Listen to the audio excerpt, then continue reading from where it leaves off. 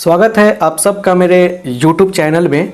जैसे कि हम लोग सीक्वेंस एंड सीरीज का स्टडी कर रहे हैं और आज हम लोग इस क्लास में एपी से काफ़ी इम्पोर्टेंट कंसेप्ट समझने वाले हैं। एपी के ऊपर कुछ रिजल्ट्स देखने वाले हैं जो बिल्कुल ट्रिकली आपको हम बताने वाले हैं। ये जो लेक्चर है आपके लिए काफ़ी इम्पोर्टेंट रहेगा। चलिए एक एक करके हम लोग समझने की कोशिश की जाए। लेकिन आपको अगर पूरे सीक्वेंस एंड सीरीज का या किसी चैप्टर का अगर लेक्चर चाहिए तो मेरे दिए गए नंबर पे, और नंबर कौन सा है, कौन सा नंबर दिया गया है, हर जगह दिया गया है ना, शुरू में भी मिला होगा आपको 97097, ठीक है। फिर है 10882, ये नंबर है। इस नंबर पे व्हाट्सअप करके लेक्चर आप प्राप्त कर सकते हैं। ट्रिक्स है, सब चीज़ है मेरे पास, उसको आप प्राप्त करके काफ़ी उसका यूज करके आगे बढ़ सकते हैं। चलिए यहाँ पे हम जो चीज़ बताने जा रहे हैं उसको बढ़िया समझने की कोशिश कीजिएगा, ठीक है। यहाँ पे देखिए पहले रिजल्ट को, बहुत ही बढ़िया रिजल्ट है। कह रहे कि if the nth term of a progression, बढ़िया से समझने की कोशिश करनी है आपको। If the nth term of a progression is a linear expression then so that it is an AP. अब क्या कहा जा रहा है उसे समझने की कोशिश की जाए। देखिए ये कोई क्वेश्चन नहीं है, एक क्वेश्चन के रूप में भी ले सकते हैं आप। एक्चुअली क्वेश्चन नहीं, एक रिजल्ट है जिससे काफ़ी बेनिफिट होने वाला है। देखिए एनवा टर्म का मतलब क्या होता है, ए एन होता है। लीनियर एक्सप्रेशन का मतलब कि यह ए एन प्लस बी, इस रूप में लिख सकते हैं। क्लियर। जैसे हम लोग 3n+2, उसके बाद मान के चलिए हम लिखते हैं 5n+4, 7n+3। ये सारी चीज़ें क्या है, लीनियर एक्सप्रेशन को व्यक्त कर रहा है। देखिए इसमें क्या है कि जो वेरिएबल होता है उसका पावर 1 होता है, ठीक है। तो ये मान लिया हमने। अब आपको बताना है कि इस प्रकार से जितने भी एक्सप्रेशन आते हैं वो क्या होते हैं, एपी में होते हैं। क्या होते हैं, एपी में होते हैं। ये सब जो मान के चलिए कि अगर एनवा टर्म के रूप में इसे लिया जाए, एनथ टर्म को ये व्यक्त कर रहा है, तो सबके सब क्या होंगे, ये एपी में सीक्वेंस बनाएंगे, एपी में प्रोग्रेशन को शो करेंगे। कैसे, देखिए ये मिल गया आपको। तो अगर यहाँ से a1 निकालेंगे तो क्या होगा, a × 1 + b कितना हो जाएगा, a + b हो जाएगा। a2 निकालेंगे तो क्या हो जाएगा, a × 2 + b कितना होगा, 2a + b हो जाएगा। अगर आप a3 निकालेंगे तो क्या होगा, ये हो जाएगा a × 3 + b मतलब 3a + b।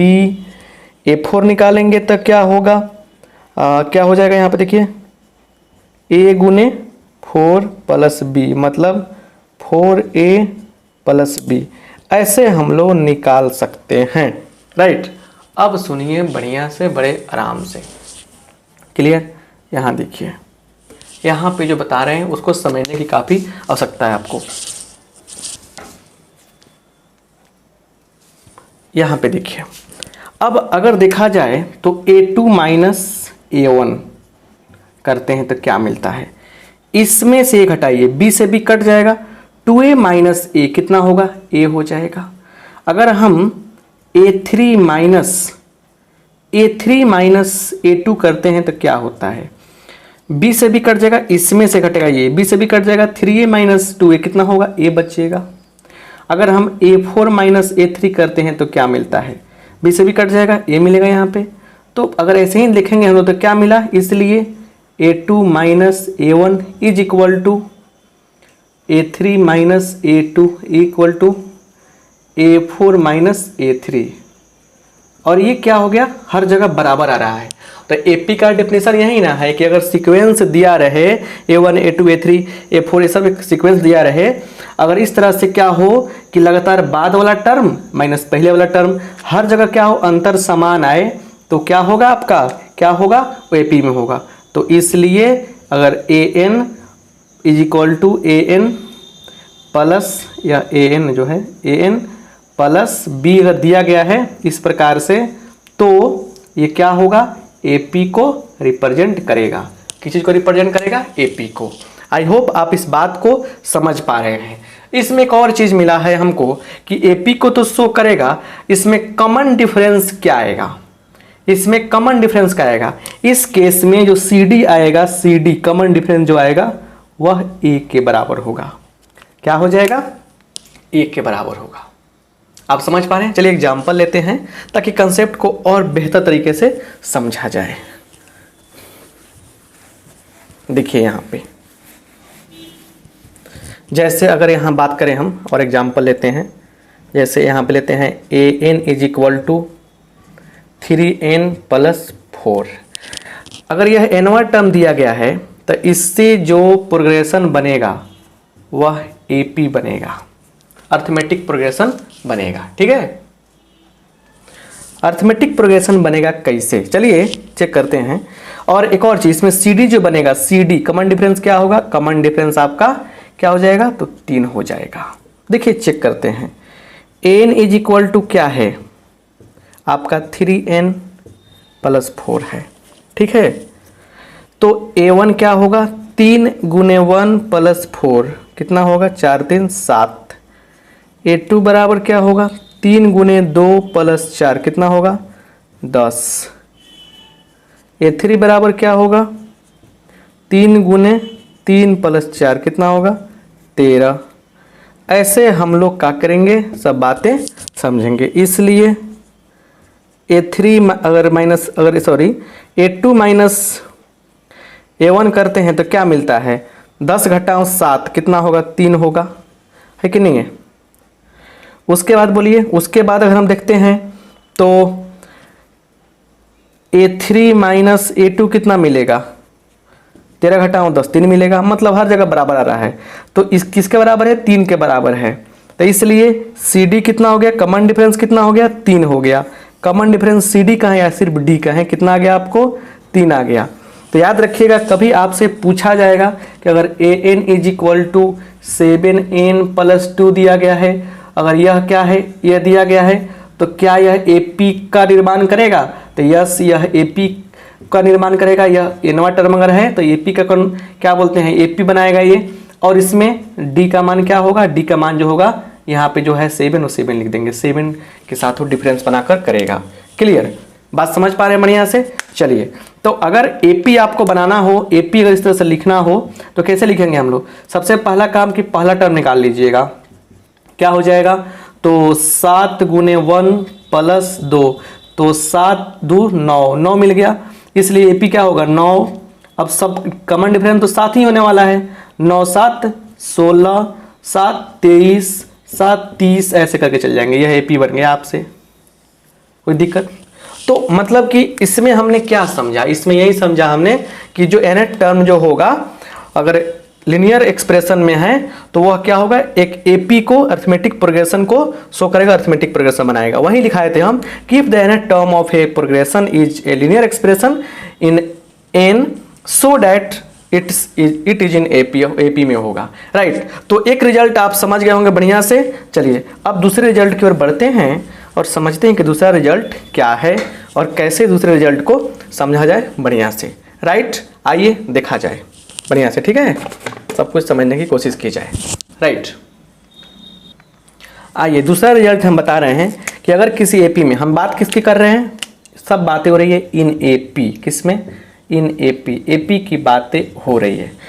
तो अगर mवां टर्म क्या हो, 1/n हो, nवां टर्म 1/m हो, देखिए बढ़िया से, तो m × nवां टर्म क्या होगा, हमेशा 1 होगा। देखिए कितना बढ़िया क्वेश्चन है, इसका क्या फ़ायदा होगा। देखिए जैसे मान के चलिए हम, मतलब कह क्या रहा है, इसको हम अपना तरीका से लिख रहे हैं कि am बराबर क्या हो जाए, 1/n हो जाए, an बराबर क्या हो जाए, 1/m हो जाए। तो amn क्या होगा, हमेशा 1 होगा, क्या होगा, हमेशा 1 होगा, राइट। यही बात कह रहा है। तो इसको पहले क्लियर कैसे करेंगे हम लोग, इस चीज़ को समझना काफ़ी ज़रूरी है। पहले समझते हैं इस क्लियरेंस इसका मतलब क्या हुआ, am बराबर क्या है, am का मतलब क्या हुआ, अगर पहला टर्म a है तो क्या होगा, m - 1 × d = 1/n। और ये देखिए a + n - 1 into D is equal to 1/m। Clear. इसको हमको प्रूव करना है कितना आ रहा है कि नहीं आ रहा है। चलिए दोनों को घटाएंगे तो a से कट जाएगा, घटाएंगे तो क्या होगा m-1 माइनस n-1 और पूरा में कॉमन क्या होगा d हो जाएगा 1/n-1/m। चलिए तो m-1 minus n minus minus plus 1 into D बराबर m n/mn। देखिए क्या हो गया 1 से 1 कट गया तो क्या बच गया m-n इंटू डी बराबर m-n/mn। इससे क्या होगा एक कट जाएगा तो इसलिए d का मान क्या हो जाएगा, d का मान क्या हो जाएगा 1/mn हो जाएगा। d का मान निकलने के बाद इस d के मान को क्या करेंगे हम लोग इसमें रखते हैं। देखिए हम इसको लॉजिकली नहीं बना रहे हैं, समझा रहे हैं आपको, नोट कीजिएगा, समझने की कोशिश कीजिए। इसको रखेंगे इसमें तो d का मान रखेंगे तो क्या हो जाएगा, देखिए a का मान निकालना है हमें, इससे a का मान निकालना है हमें, तो a का मान कैसे निकलेगा 1/n minus m-1 into D.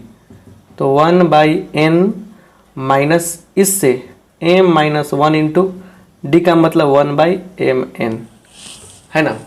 तो थोड़ा सा हम कैलकुलेट करते हैं 1/n, इससे मल्टीप्लाई कीजिएगा m से m कट जाएगा तो माइनस 1/n और फिर minus minus plus 1/mn।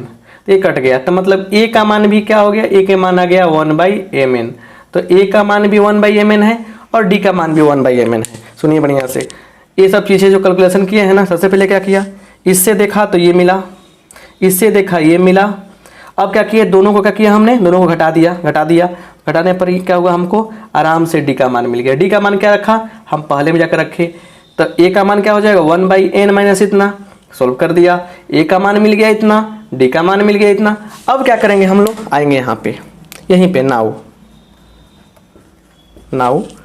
Result बहुत जानना जरूरी होता है, ठीक है ना। एक बार समझ में आ जाएगा आपको, काफ़ी अच्छा लगेगा। यहाँ पे देखिए, यहाँ पे अगर हम लोग a-mn की बात करेंगे तो क्या होगा, ये हो जाएगा a plus m-n-1 into D. तो a का मान क्या होगा, a का मान बोलिए, a का मान तो हमारे पास 1/mn है, 1/mn है प्लस mn-1 गुने 1/mn।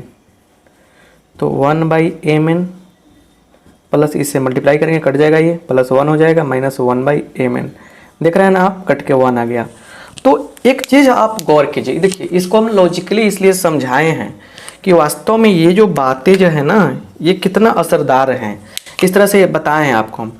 लेकिन हाँ, आपको जो चीज़ सिखाना चाहते हैं सीखिए, इस पर कैसे क्वेश्चन आ सकते हैं, कैसे हम लोग ट्रिकली सोल्व कर सकते हैं, इसको सिखाना चाहते हैं।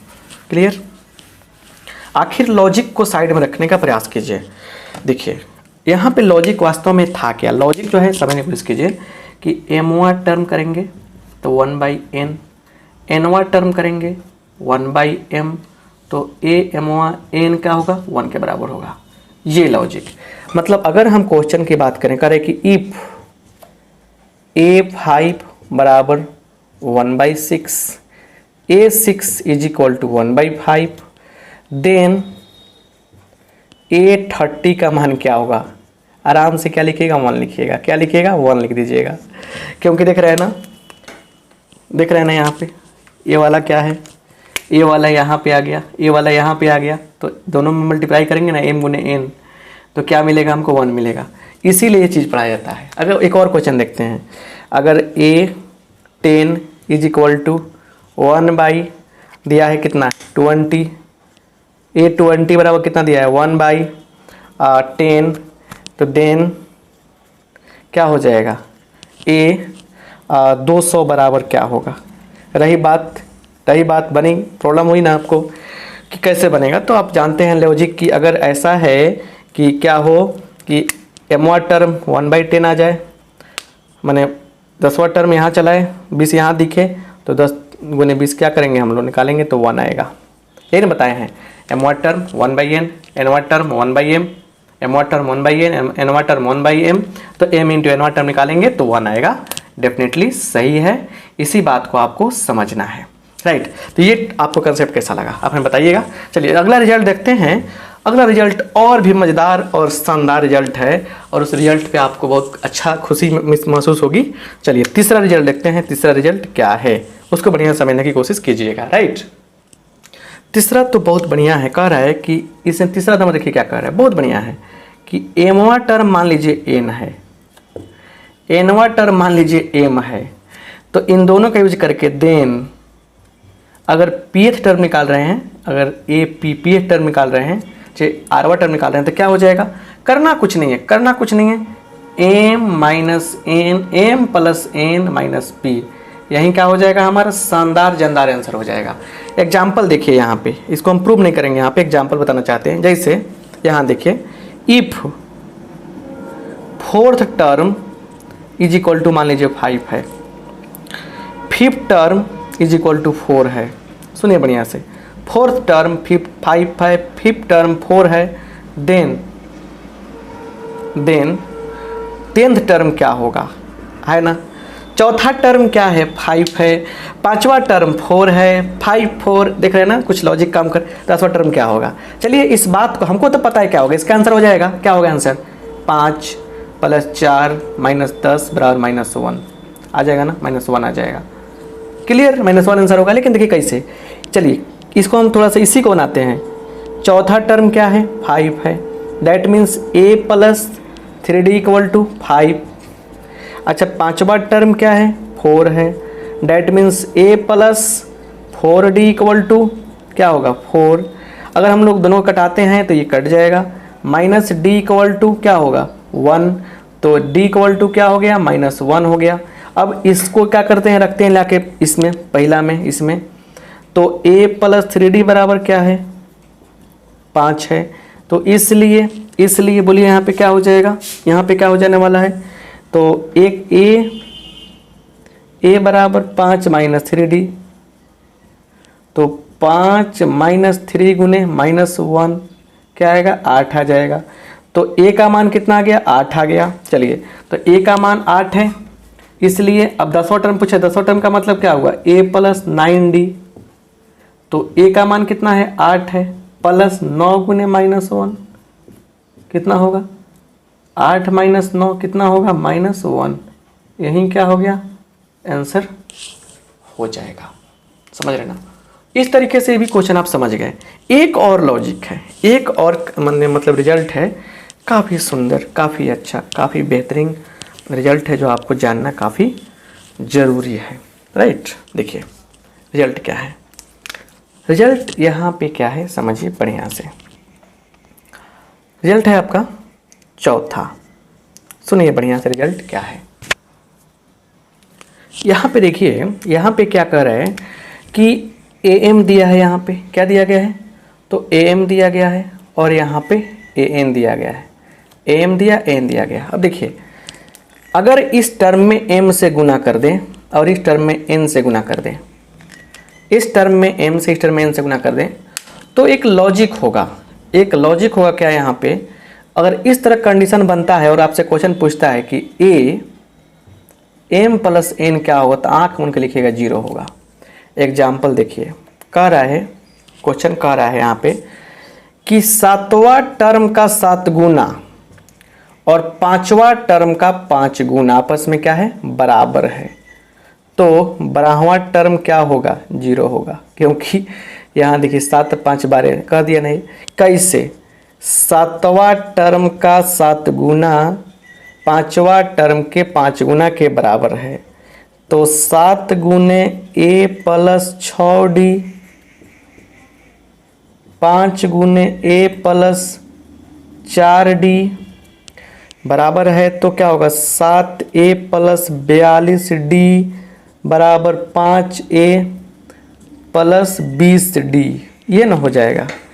तो अब देखेंगे हम लोग कि 7a घटाओ 5a कितना होगा 2a बराबर माइनस कितना होगा 20 घटाओ 42 22d हो जाएगा।